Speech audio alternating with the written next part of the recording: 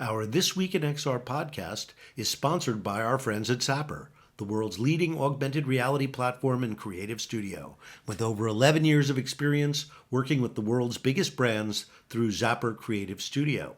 Zapper also has an award-winning web AR platform, ZapWorks, that lets you create your own mobile AR magic. Finally, check out their Zap Box, the most affordable mixed reality headset on the planet. Start creating AR over at zap.works or talk to them about your next AR project at zapper.com. Good morning, everybody. I'm Charlie Fink with Rony Abovitz for This Week in XR. Today is April 21st, 2023, and our dear friend Ted is not with us this morning. He had open heart surgery earlier this week. We're told he's recovering. The recovery, I guess, is the tough part. The ticker is fine. It's just a very, very invasive surgery, but Ted is young and strong and healthy, so hopefully he'll have a speedy recovery. Yeah, I've been nervous about it, Ronnie. Yeah, no, it's been a nerve-wracking week. I've been it was hard the night before his surgery. I don't think I slept. Yeah, his wife Jody has been very good about keeping everybody up to date, but you know, a lot of the time she doesn't know what's going on either. So it probably was a very draining week for her as well. But looks like he's going to be okay. I'm hoping he's going to be with us next Friday. We have a great guest today, by the way. Raj Bhatia, the VP of Product at Roblox. Everybody has been talking about Roblox as a metaverse. I'm pretty sure they didn't think they were a metaverse when they got into the game multiverse. But sure, why not? It's a metaverse. I'll give them that. It's enormously popular. Last year they had a fantastic IPO. Love to hear what Roblox is planning. They've been upgrading their graphics, and It'll be great. Roblox has got so many users. I think they've got a pretty good chance, along with Fortnite and some of the other game metaverses, of continuing to expand and add services and become more relevant. Well, Charlie, they're one of the standard bearers along Epic with the idea that this is real, meaning there was a virtual world or these Xverses and metaverses, that they're real and they're economically viable and they have hundreds of millions of users. So let's get to the news before we bring in Raj. There were a lot of funding announcements. Funny, the news was kind of anemic last week, and I hate that. On the other hand, some weeks you get a ton of news, and I hate that too, because it takes me twice as long to write the roundup. But it's a great way to learn about new companies and trends. So let me share a couple with you. I think some of these you'll really like. There's a 3-year-old Miami company. So let's hear it for Southern Florida. Metaverse closed 7.6 million, and they've got an enterprise platform. It looks like Spatial, right, where people can spin up training worlds themselves. It integrates with Unity, which Spatial added also, so that's not a bad raise for a social business platform. I guess those guys, there's a lot of business out there because Altspace closed, right? Yeah. So Altspace was the choice of business. They were first. Oh, here's one. This is an NFT crypto thing, social future, AI-driven social metaverse, another social metaverse, but this one pitched to consumers. Their site is called May.social. May being for meet another you. And they're backed by crypto investors. Moving on. Oh, Blacktop Hoops. So this one is great. Vinci Games. They were originally supported by Y Combinator and a $60,000 Kickstarter. And as game Kickstarters go, that's very modest. So they've got their app, their basketball app, on the Quest App Lab. They're building it out for other platforms, PlayStation and Steam as well. And Y Combinator is back for this much larger round, along with our Anorak Ventures and Twitch co-founder Kevin Lin. Anorak is what's his name? Greg. Greg was part of the original Facebook group. He's been on the show. Great guy. So anyway, I love the idea of playing basketball in VR. I don't know how they're gonna Ready Player One reference, isn't it? Anorak. Yeah, Anorak Ventures, right. The I don't I've never played this game. The trailer is on the website. Oh no, it's not the trailer, it's just still picture. I gotta watch the trailer. I'm interested to see how they treat running around. Yeah, that's going to be weird because like when VR first came out, when you were sprinting and running around, that was like the puke machines, and then they kind of like, okay, let's not move, and then you would sort of like teleport hop. I remember, and they're like, that makes you puke less. But the running, like just a first person shooter we were running of the sports games, it was like your body and your brain were completely not at ease with each other. Right. So And if you're seeing other people running and it's not quite in sync, it's gonna, really confuse the brain. yes, very much so. So there's this another company has jumped in along with the Bored Apes, trying to build a massive metaverse that could support 1 million simultaneous users. So this is a company called Metagravity. The first time I'm hearing about them, but $10 million is real money. So it'll be interesting to see if they really can have that many that's crazy. That's one shard, right? That's not breaking it up into separate rooms. Look, I think all of that, and a friend of mine's the founder of Improbable, who's one of the first really quick. Right. Those are the guys working with the Bored Apes.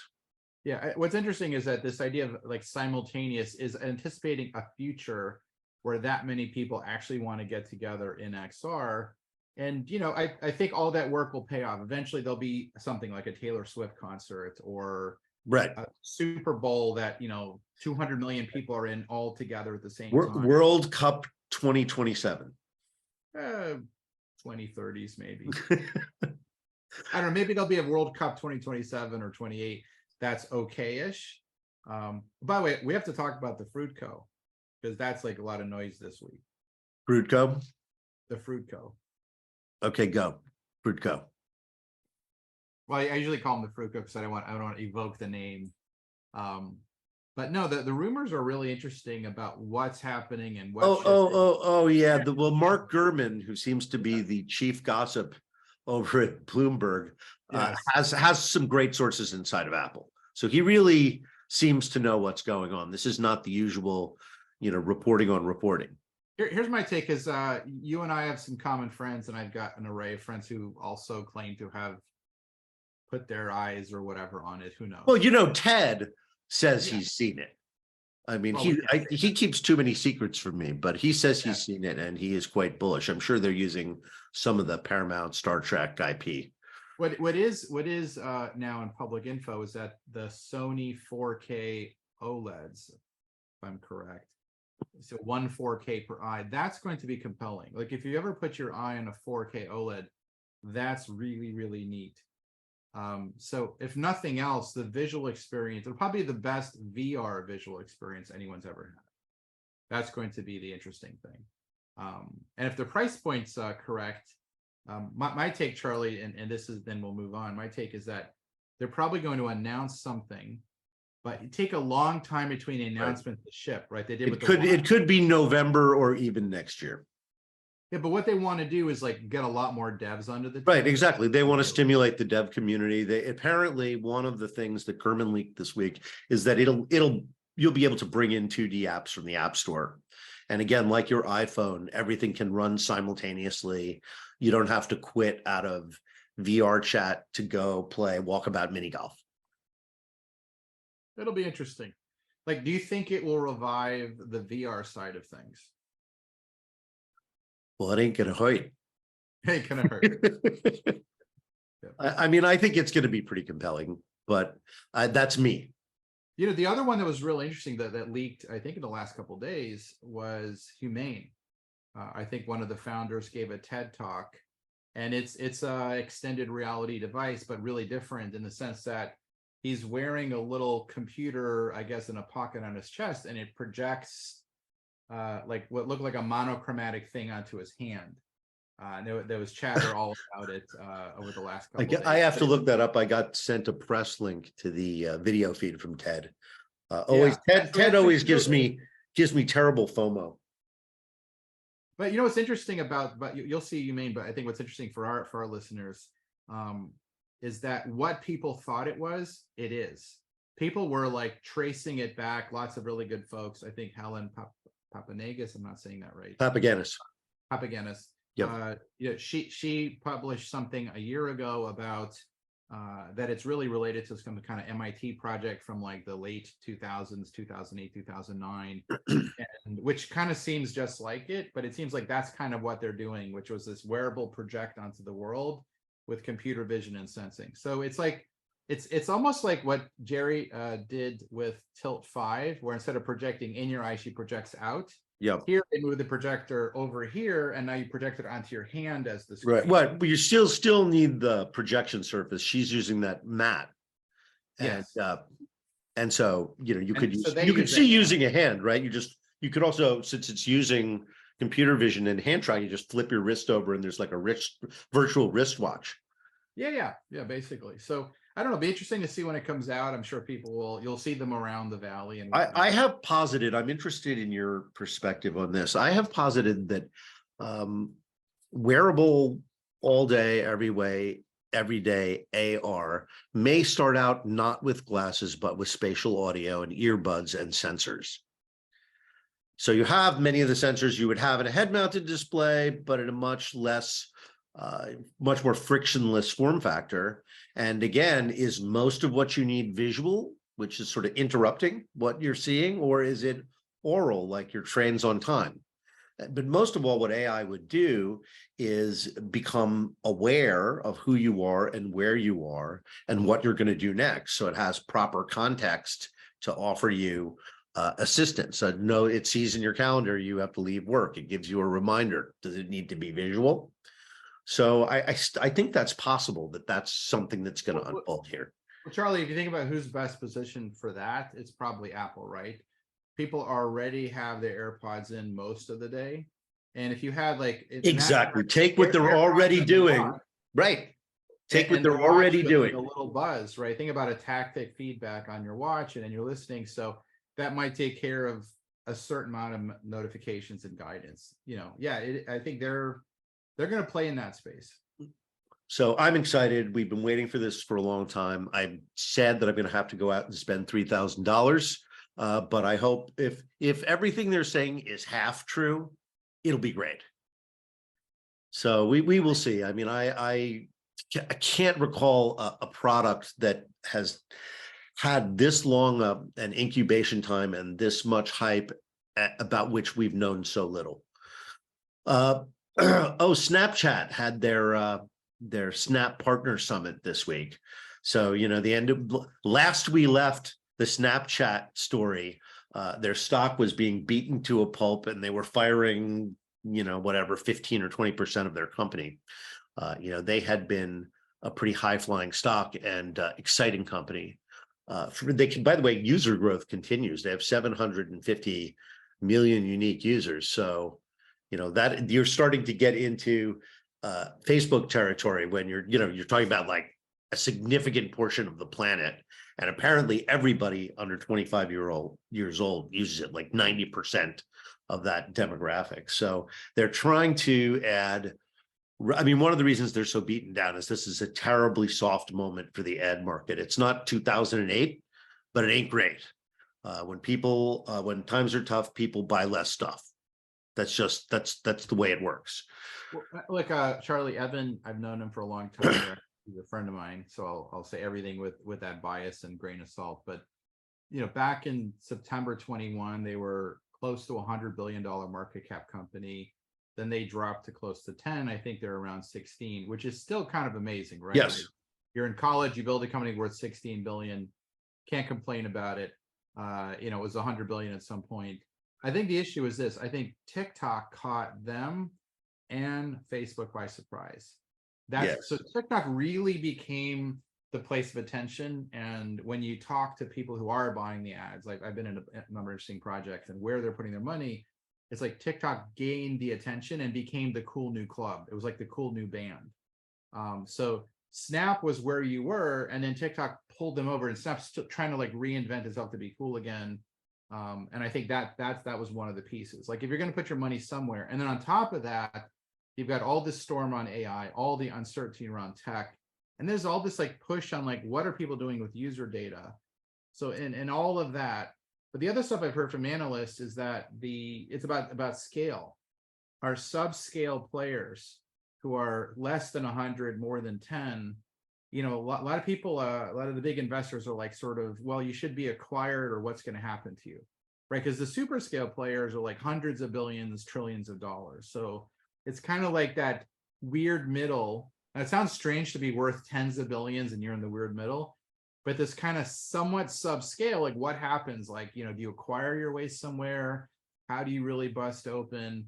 And TikTok seemed to have blended AI and a kind of social cool in a way that seemed to rocket it ahead of both Facebook, Meta, and Snap. But we'll see. Evan's very The power of the video news feed really can't be understated. And again, it's one of those funny things. It's like social media in the 90s. It was right in front of us. It was right there, but we didn't see it. I do think that just before we leave Snap, and we got to get to Raj, I do think Snap is looking at its future as AR and also off the app, right? They're working on magic mirrors for retail now. They're trying to start a SaaS service, for people making local lenses. They're looking at kind of mirror world type stuff. They've acquired computer vision companies. So, they need to develop new lines of business. They decided, obviously, the Pixie, the little drone that follows you around and uploads snaps for you, was not going to be that business. It's the reality, Charlie. I mean, this is just my personal view. That's why we're here. Right, Give it to us. Yeah. I think they're right for someone like Apple or Alphabet, Google to just slurp them up because they're a really smart team. And imagine them inside the scale of an Alphabet or inside the scale of an Apple. And then all of Evan's ideas could just suddenly bloom across all the Apple products. It's very hard to go all the way that he's thinking alone, but inside one of those mega giants, maybe. But we'll see. Some of these. Yeah, a good point. Although, let me just put out the opposite view that it would be better off if the tech giants started disgorging some of their huge parts, right? So, I mean, wouldn't the world be a better place if YouTube was independent? Then can acquire other companies on its own. If Instagram and WhatsApp could compete, I just think that this consolidation is not benefiting the market, and I don't think it's actually benefiting the tech giants in the end. It's a little bit like the Bell companies being broken up in the 80s. Everybody said it was the end of the world, but it really was one of the factors in igniting the internet. So let's see, more to talk about. Meta lays off more people. Looks like Reality Labs, more speculative projects are going to take a hit as they pivot to AI, which is more urgent. And there's one guy, I just want to mention this guy. Do you know Dan Olson? Right, I don't. I got to send you a link to this guy's long, rambling, brilliant YouTube videos about tech. Okay, love. And this week he took. I watched him take the Metaverse down, and I have to say, even though he wasn't talking about me personally, my butt hurt. I felt like I got a real spanking. So we need to have him on the show then. We should get him on the show. That would be awesome. Someone who's really like high. Yeah, someone who thinks we're all full of shit. But we got to get with Ted back with his new Iron Man heart and his Tony Stark mode. Yes. Oh yeah. The three of us will take him on. All right, Raj is going to come in, but he was here earlier. I had keeping important guys waiting.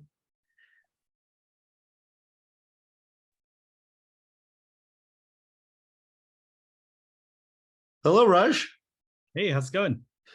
Great. You've got, I'm Charlie. Nice to meet you. And I've got Rony Abovitz with me. Ted Shilowitz couldn't make it this week. He is having open heart surgery.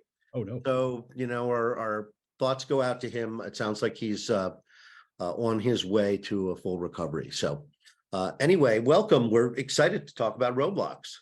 Yeah, great. Thanks for having me. And I'm excited to be here. And best thoughts go out to Ted.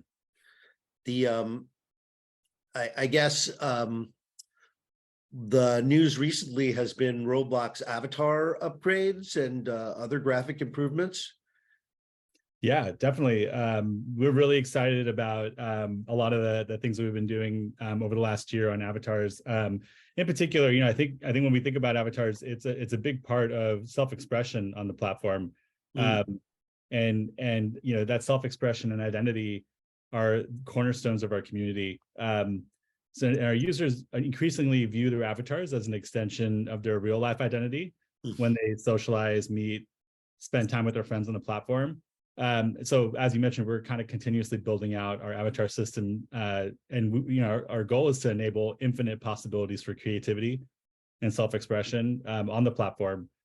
And it's an interesting balance thinking about sort of developer and user agency, right? If you run around Roblox and visit a bunch of different experiences today, you'll see that there are a lot of experiences that actually take on their own persona through and their own environment and look and feel through building custom avatars that as users pop in, those avatars are the ones that are used in the experience. So for example, we recently had a lot of press around like Frontlines. You walk in there and you're not sort of like half unicorn with a cool sort of top hat and lizard legs, right? If that's what your sort of Roblox avatar is, you are a soldier, on the front line. And a similar sort of setup you see when you go to something like Adopt Me. They have their own sort of avatar system. So it's an interesting balance between allowing developers to create like a full look and feel and immersive environment that fits their vision versus honoring that user agency. And so we're enabling sort of a lot of options on both sides. And I think one big innovation last year that was really interesting was layered clothing. The idea that you can buy a digital asset that essentially sort of fits based on whatever size or shape avatar you have. And there was a lot of like deep technology and a lot of hard work that went into that. So we're really proud of that release. So can I ask you a question? Like the avatar issue is one of the big metaverse interoperability questions that everyone brings up. And I think of Roblox as a self-contained galaxy within some kind of larger digital universe, right?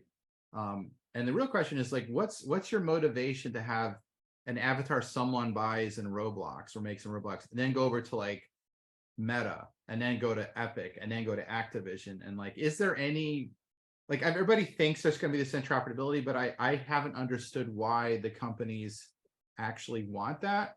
But I don't know if there's going to be like a UN NATO peace treaty one day where I can move all my avatars back and forth. But it's like, because it's at the same time, like identity hopping is going to be weird. Are you taking us down the Web3 rabbit hole? Is that where this is going, Rony? This is the Metaverse XR, Roblox rabbit hole, which is like, the avatars are amazing. And I think it's an important part of identity in the future, what I think of as spatial web. But how do I move my identity from Roblox to some other places? Or is it just going to be there? Is that the costume I wear in Roblox? Yeah, no, it's interesting. And I think on one of your previous episodes, you guys talked about how there may not be this one big metaverse that's like kind of a single place, but like different pockets of metaverses, right? And I think I'd say we're not there in terms of interoperability yet as an ecosystem, right? Like I think if you look at the metaverse today, as you guys mentioned before, we have like pockets of this, right, across these different sort of galaxies or universes, that we're talking about. I'd say if you look at it kind of stepping back, I think we're in an early prototype of the metaverse, right? And it's not the finished sort of product yet. I think you can see, as I just mentioned, a microcosm of interoperability inside Roblox today. I just mentioned the idea that you can portably take your avatar between many different experiences. Yeah, because you're on the same platform, it's frictionless. It just happens. And I think when we have metaverse level interoperability, it has to be that way too. You can't like be shuffling the deck every time you go to a different place. But I would also say, Roblox is a closed world in itself, right? So that Roblox is a metaverse, right? It fulfills it's you've got a creator economy. I mean, you fit all the you take everything off. The only thing is you can't and also massively multiplayer, right? I mean, you can go into games that have hundreds of people in them. Yeah, and on that point, like I think we're also enabling platform level capabilities that transcend between different experiences. So, for example, we have plans to ensure that people can chat or talk between different experiences as well out in the future. Oh, that's very Ready Player One-ish.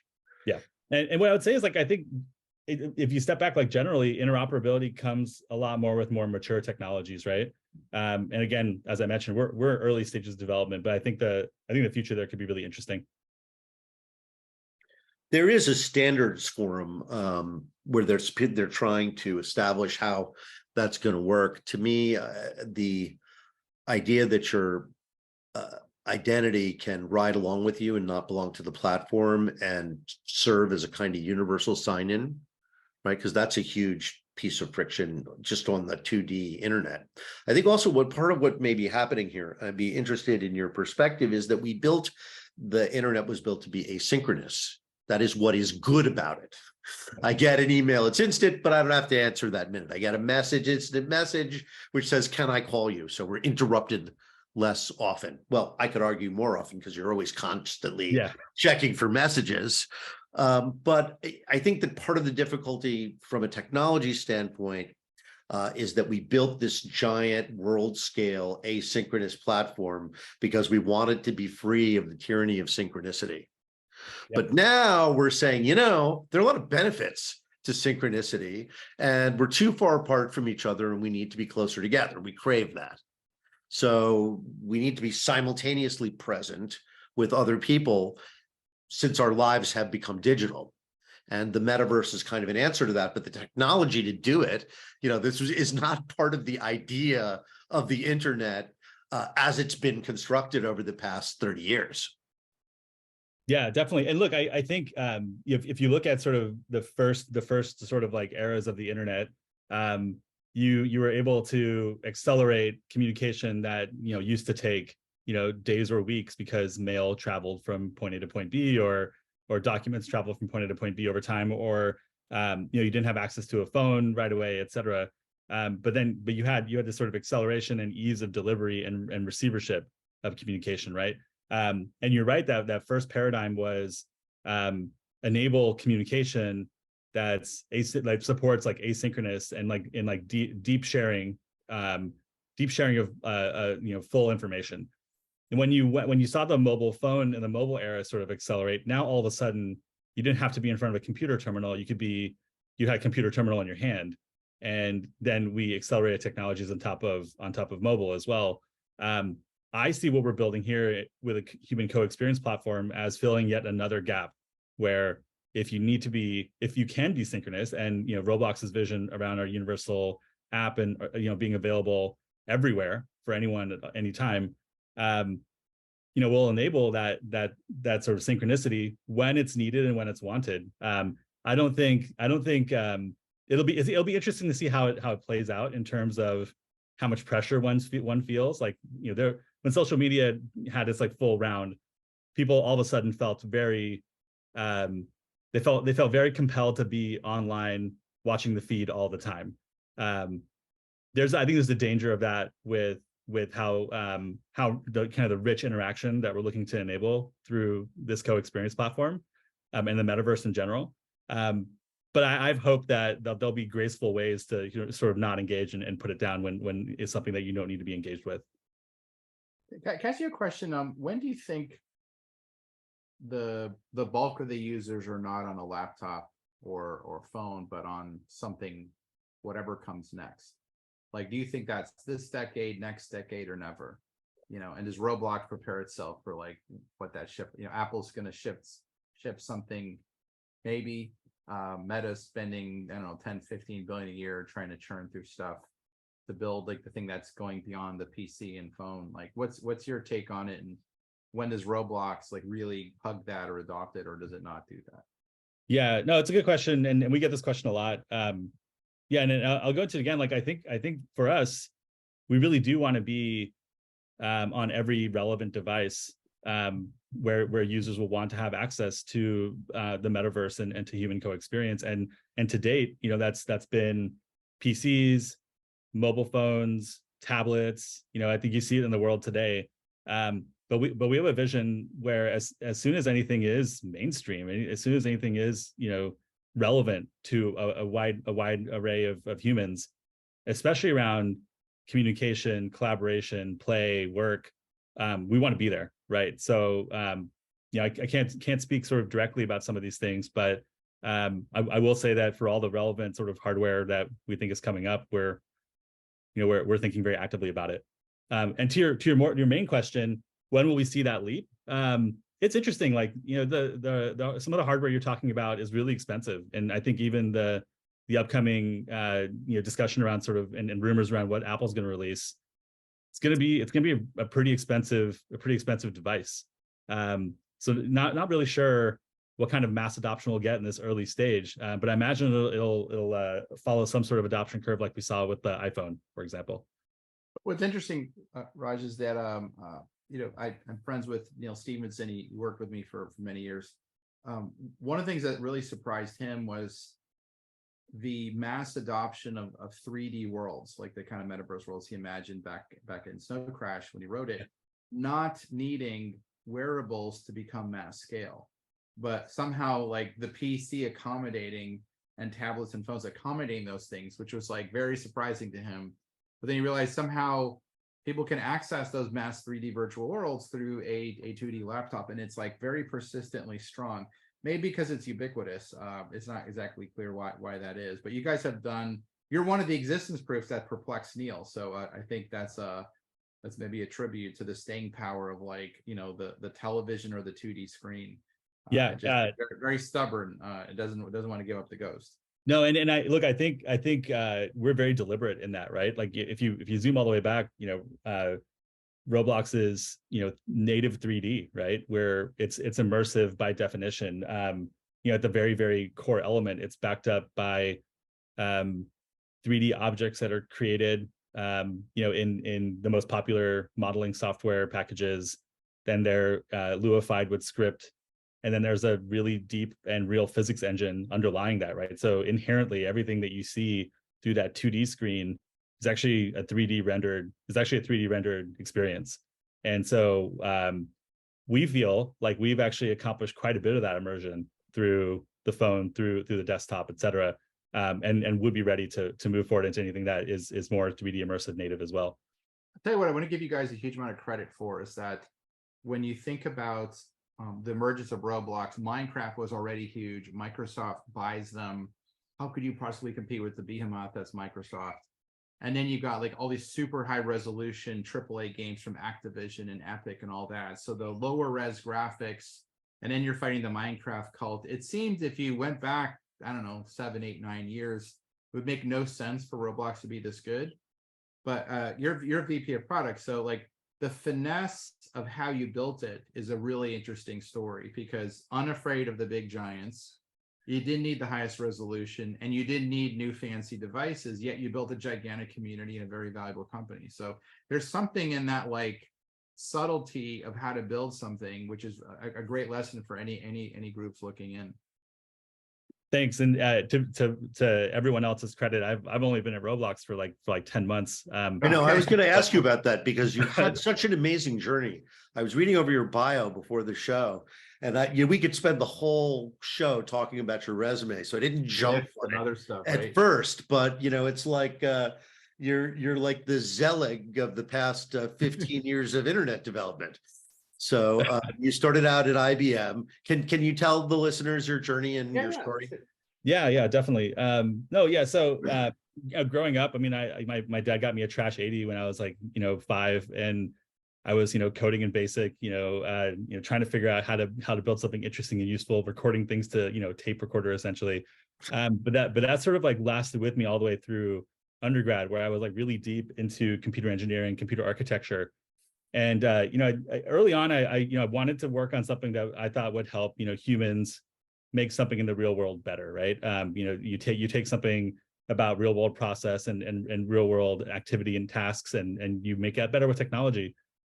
IBM was really interesting for me. I was there for quite a while, and I was working in the group that built supercomputers that really helped real life in a lot of different ways. One, it helped banks process transactions much faster. It helped us simulate climate and nuclear explosions when we didn't have to do them in real life. It helped us beat Russians at chess. Like there was a bunch of really cool stuff that those computer systems did. And then wanted to get as close as I could to the sort of user side. So I found myself at Zynga, and that was a really interesting marriage for my background and sort of where product management in particular, but when did you move away from hardware and more into management? Interesting. At IBM, I was, hardware, engineer, right, near the whole time. Yeah. And I went back to B school, and that's when I moved to where'd you go to B school? MIT Sloan. Oh, nice. So yeah, that was an amazing spot where you had like technologists, like really pure technologists, merged with business-minded folks, and it was a really cool sort of collaboration between those schools. But Zynga was interesting in that it was a new approach to building games, right? You actually didn't think about creating something, ensuring it was as most fun as possible, and then printing it on a CD and then forgetting about it. It was alive and breathing, and it was always on. And that feedback loop of what your users wanted, what they did, and what the data said, feeding back into how you kept that title alive for a long time was really fascinating. So that was really fun for a while. And then, as you saw on my resume, I moved on to work on an education platform where, again, trying to make a real world process around personalized education for the K-8 environment easy and simple and sort of intuitive. That was a big focus for us there. And then, of course, transportation, moving people around the world. There's something very valuable around helping drivers get access to earnings, and then helping riders get from point A to point B in a seamless sort of tech-enabled way. Well, just to clarify for people listening, you went to Lyft, where you were also VP of product. Which did that feel like a big pivot to go from Zynga to Lyft? Yeah, in the middle there was an education company. To go from the education company to Lyft, I mean, it doesn't seem like there's a straight line. It seems like that was kind of a different beast. Yeah, to an extent, it definitely a different beast. And I think one of the fun things that I've been able to do is ramp up pretty quickly in new industries as I get to them. There are a lot of parallels between what I was doing in education and what I did at Lyft. It may not seem obvious on the surface, but really enabling drivers who are come from a really wide range of backgrounds, really wide range of tech savviness, to understand how to make sense of this two-sided marketplace platform where they're bringing the labor and a vehicle, and there are like inherent rules about how that system works. But how do you become a successful driver on the platform? How do you think about planning your day? How do you, those are very similar to the sorts of tools we were building for educators at Alt School. One thing, just getting back to Roblox for a second, have the demographics been changing, or is it still 24/7 preteens and young teens? Yeah, no, we are definitely seeing the demographics change quite a bit. Over 50% of our users are over 13 now, which is great. Our fastest growing age demographic is 17 to 24, and it comes from a combination of we have more sort of aged up content and more interesting more complex experiences on the platform now. And we also have people sticking with us, like from when they started with Roblox early. So it's that source of 17 to 24-year-old growth is coming from a couple of places. I'd also say some of the stuff we're doing with like music and brands is attracting in a different. That's what I was going to ask you, right? Because I guess what I was thinking was I was having a conversation with actually a brand marketer yesterday. And I was saying, is the idea that you're, getting to people while they're young so that they'll have your brand front of mind when they do become independent consumers. And he said, well, no, I mean, there are a lot of adults on Roblox, and that's what they're looking for. We're their content. Yeah, absolutely. It was interesting. We had the Elton John concert a while ago, and it was interesting. I actually saw a lot of people, and not just because people know I work at Roblox, whatever. A lot of people like in my social media feeds and reach out and actually compliment us on that experience. So I'm seeing more and more of that. Like it's popping up, and I'm seeing more of my peers and more of my friends actually understand it and know about it more naturally. Because I do think we have this content that's more appealing to them. Yeah. I think you have a couple of other brands in the right. iHeartRadio, they're running concerts also on Roblox. Right. Yep. So I imagine that's going to attract a lot of not just your current users, but people from outside the platform. Yeah, absolutely. So as we're, I always, when we start these conversations, I'm always like, oh, Raj, what the hell am I going to talk to this guy about? And we always don't have enough time. So maybe just my insecurity. The word on everybody's lips, artificial intelligence. Generative AI could have a role in making games or building avatars. It could allow people who are more sophisticated prompt engineers to talk games and experiences into existence. So I know that you guys are looking at it, but what is the future of it? How do you think it can impact Roblox? Yeah, I mean, we're spending a lot of time on this, and there's a lot of excitement both in and outside the company on this. So I think first, I think the opportunity that we see here is on the creation side, right? And I think that's kind of the obvious thing. But I think both we have plans to both augment Roblox Studio, which is the tool that developers use to create the experiences. We have plans to augment Studio to make creation dramatically faster and easier. And also we've got plans to enable more users on Roblox to become creators, right? So a couple of things we think about in two sides. We do think that there's Gen AI tools that can help accelerate creator productivity. And we recently betaed a couple of interesting new tools along those lines. We also think it can significantly drop the technical skill needed to bring things to life as well, right? So in the future, a creator could design a car through a simple statement like, a red 2-seater convertible sports car with front wheel drive, right? And if you think about the full stack of what Roblox has, you can create the 3D model, you can create the texturization and the sort of feel of that. So it'd be a red sports car with maybe shiny, maybe it's not shiny, maybe it's matte. And then you can have all the behavior around physics and how the front wheels spin and pull the car forward, all coded into that package, right? And that can be driven out directly into the 3D virtual world. And we see a very real possibility you can go from that statement to an asset that anyone in Roblox can use or deploy or own. But Raj, that's super interesting because there's still, even though Roblox is easy, there's still a barrier of entry for some folks. And this next thing could take, it's a very interesting and safe place to test it, right? Because you can take a lot of friction out and onboard a whole bunch of people who don't realize they're creators, right? Absolutely. They just have to have some form of imagination and just utter it. And well, you bring up a good point, right? Because we all today, everybody is a content creator. Everybody who uses social media in any form is a content creator. So we know that user-generated content is really going to be the most, the vast majority of the metaverse is going to be user-generated content. So, what is the equivalent in the metaverse of a picture of your granddaughter? So I think that's kind of unanswered for me. Do you have perspective on that, Raj? Yeah, I know it's interesting how we're thinking about this on two angles, right? Is it all anchored to something in reality, or are you trying to sort of enable something that's maybe not been imagined before, right? Through different combinations. We're seeing these Gen AI sort of avatar creators proliferate in the app store, right? That are kind of taking these liberties as well. Yeah.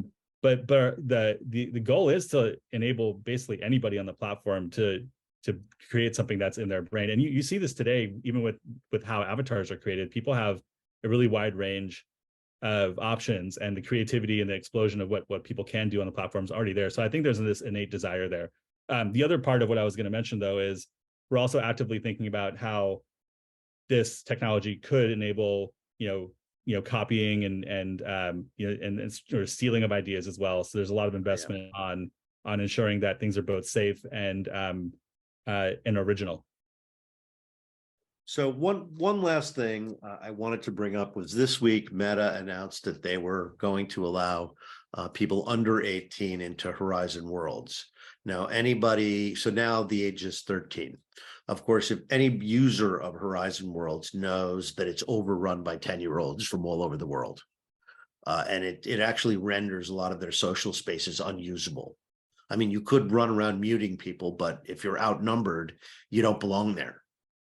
And so, it seems like, and I'll get off of Meta, I'm just using it as the reason I'm asking the question. It seems like a ticking time bomb, right? Kids with adult strangers, right? There's no adult, my children are grown, but when they were kids, they never interacted with adults who weren't curated, whether they were a coach or another parent or associated with the school. And on the web, we've seen things happen where those boundaries are eliminated. And so Roblox seems like it too is sort of ground zero for that security concern. So how do you manage that?